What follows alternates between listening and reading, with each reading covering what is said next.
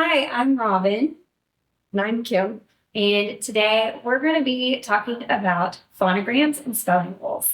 So, Kim's here. She's brought her phonogram supplies, her cards, and so go ahead and let us know what do we need at home to be able to do our phonograms practice for kinder through second grade. Okay, great. So everything you'll need at home is on the book list, but that includes the 70 phonogram cards. It starts with A and it goes all the way through multi-letter phonograms, but you'll need the set of 70. And then you'll also need the spelling rules. I recommend laminating them. You use them from kindergarten to fifth grade with every student. And so if you have the ability to laminate, I highly recommend it. Or ask a friend if they have a laminated. Or ask a friend, yes. And you'll also need the brown Wise Guide for Spelling book. But what you will not need is the red. The red is the instruction manual for the teachers at school. Okay, but we don't need this at home. No, you will not Just ever the need Wise this at home. But what I do want to point out about the brown one is that not only is it your spelling lists with all the words for each week, but it also has the instructions and answer keys for some of the worksheets that the teachers are sending. Okay, so that's what I've noticed. So as a parent, like if we're doing, and the lists are done by let's say by letter names. So like list A, list B, and then they have the spelling words with examples. Is that when an enrichment worksheet gets sent home, even sometimes I have struggled Yes. and I'm not sure, but if I open the Wise Guide, it has the answers to those worksheets that the teachers might send home. That's and that correct. helps me navigate and grade and help my student. That's correct. And I still use this for my fifth graders. So I Because definitely it gets tricky. need that one. It does. Yeah. Okay, well, what is a basic example of what phonogram practice at home should look like? So a basic phonogram practice is very straightforward. It should be just a flashcard situation. So you're going to set up however many cards your teacher has said. Okay. Everybody in kinder and first will start with just the 26 letters of the alphabet. So they'll just start with what we call single letter phonograms. The teachers will tell us which ones to practice. That's right. It'll be in your lesson plans. And so you'll start with whatever amount of the 70 your teacher tells you to. And you'll just run through them straight like flashcards, just like this. A, A. D. And then you just go through, and if they get them right, you'll put them in one stack. And if they get them wrong or they think for more than 3 seconds, you're going to put it in a different stack. Because if they're taking longer than 3 seconds to think through, even if it's the right answer, it's not mastered yet. And we truly want these to get all the way. Yeah. Absolutely. It's kind of like I bump you and it comes out of you, kind of thing. Like it's instantaneous recall. And so if it's longer than 3 seconds, go ahead and leave it in that not mastered time. Okay. And then also, I think this is helpful for parents to know that how do you keep these at home? Like, how do you keep them organized or stored? I use a recipe box, and it has like the tabs so that I can keep up with the mastered phonograms versus the unmastered ones. Is that kind of what most moms do, you think? Or There's a wide variety of how parents do it. I hole punched the corner of mine and put a book ring on it.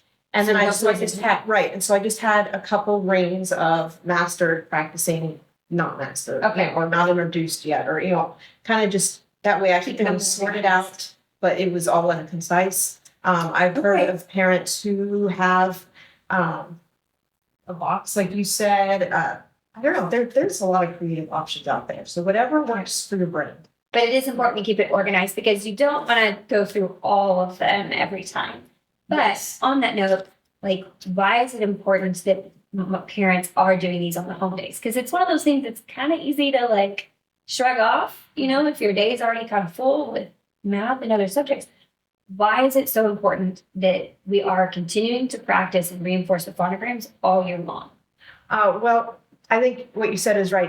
Continuing to do it all year long, but even continuing to do it up into upper grammar school. Okay. So even when your student gets into fourth grade and fifth grade, my fifth grader, we do it at least once a week because it is the building block of reading. And that's what this program is designed to do, is to take the idea that each of these is a brick, and each brick links together to build a different kind of house called word. Okay. And so we need these, just like math facts, to be instant recall. Yeah. Because if they are looking at the word apple and they are having to think through, A says, A, he says, L says, oh, and my teacher said that was a silent E, and I'm having to just think, I've now taken 20 seconds, and by the time I get to the L, I've forgotten what the A says and which one is the A. And so the more instant recall they get, they go, oh, that's apple. Oh, I know what that sounds like. Okay. And so they are going to be. It's almost like puzzle pieces. They can put them together more fluently, like faster. Absolutely. Okay. Just like with math facts, when you get into multi-step problems, the faster you can do 5 times 2, you can move on to 3 times 5. The faster you know your phonograms, the Okay. faster you'll be able to read. Now, I want to point out that Kinder, I just had a kid go through Kinder, Mhm. and they did not start with spelling rules. So while you would purchase those as a Kinder parent, you're only going to be starting with the phonograms during the school year, at the beginning of the school year at least. But for like first graders and second graders, can you talk a little bit about the spelling rules, what those are? How do we practice those on home days? Yes, and the spelling rules on home days are going to be just like the phonograms, just going to be a flashcard based system. So you'll hold it up and you'll say, Q always needs a U. U is not value. Very good. Good. C says S before E, I, or Y. Very good. And so you And then moms know it too. That's right. You will, and it's written verbatim in the box what you need your student to say, and so it's very straightforward.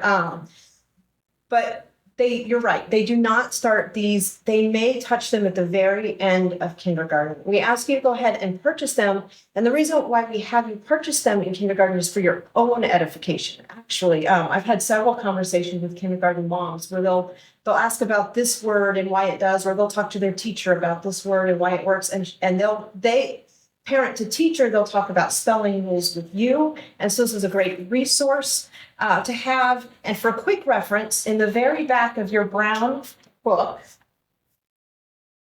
are your 70 basic phonograms. So you can look up what they sound like without having to search through your pile. And then also they have That's a good piece. the spelling rules. The spelling rules are back here as well. So Okay. those are in here. And then, and I'll point out too, like, when I first started with this program a few years ago, I drug my feet on it because I was like, oh, I don't like how to learn all the. But now it comes up naturally in conversation because your students will ask you, as they're writing or doing an assignment, my middle or upper grammar school students, how do you spell this word? You know, and we'll spell it with phonograms, but then also they'll say, well, why doesn't in their silent final E? And I might be able to use one of these spelling rules and say, well, this is why there's no silent final E. It's because I may say O before 2 consonants or some other rule like that. Absolutely. And it really is something that as you move past kindergarten and first grade, that you put all this time and investment in kindergarten and first grade, and the rewards and the fruit really starts to show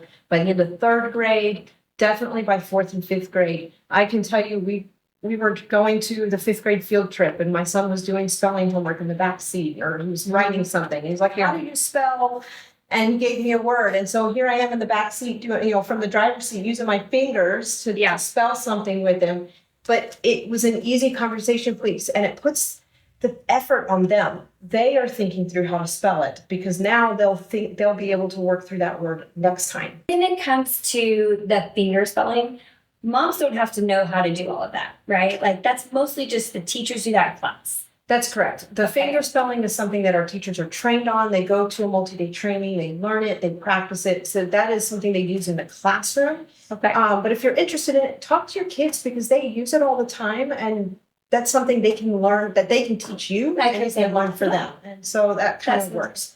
Now, as a mom, I'm going to have my WISE guide, Yes. my spelling rules, and my phonograms. I'm going to have them organized at home on mastered or ones that we haven't covered yet. But what if my student starts to really get resistant and it's just drudgery going through these phonogram cards? Are there alternative ways to practice phonograms rather than just drilling the flashcards? Oh, absolutely. Absolutely. We all of our students will hit a point where they just do not want to do it anymore. It is drudgery. And so there are several ways to do it. one of the fun ways is to turn it into a game. Okay. So sometimes I will take the cards that my son is working on and is struggling with the most, and I will spread them out on the kitchen table or on the floor or just wherever I have space. We'll move to the other side of the room and I'll call one out. And he has to run over and get it and he has to bring it back. And it's great because he's up and moving. We're not just sitting there and it's not just flashcards. And it kind of, he is really competitive, so we'll time and how fast can he get it, or It's also a good way to make the brain think in the other direction. Whereas like seeing the letter and then having to retrieve the sound rather than hearing the sound and having to retrieve what the letter that's correct. looks like. And that So will spread mimic them what out. their phonogram quizzes look like. When they are being quizzed or spelling tests, they're hearing the sound and they have to recall what it looks like. And so it's Right. a great thing to be practicing. So change it up is good. Yes. Make games out of it if you can. That's right. You Have can get fun. out sidewalk chalk and go outside, have them write them that way. I mean, there are so many ways to just work with them. And the more kinesthetic, the more active you can make it, the more your student's going to remember it by using their whole body. Okay. If moms still have questions about phonograms, if they're unsure, where do they go? A great resource is your teacher. Your teacher would love to work with you, whether it's a specific phonogram, it's program wide, or just ideas to make it more fun. Well, thank you for sharing everything about phonograms today. We appreciate you, and that's all we have for this video. Thank you.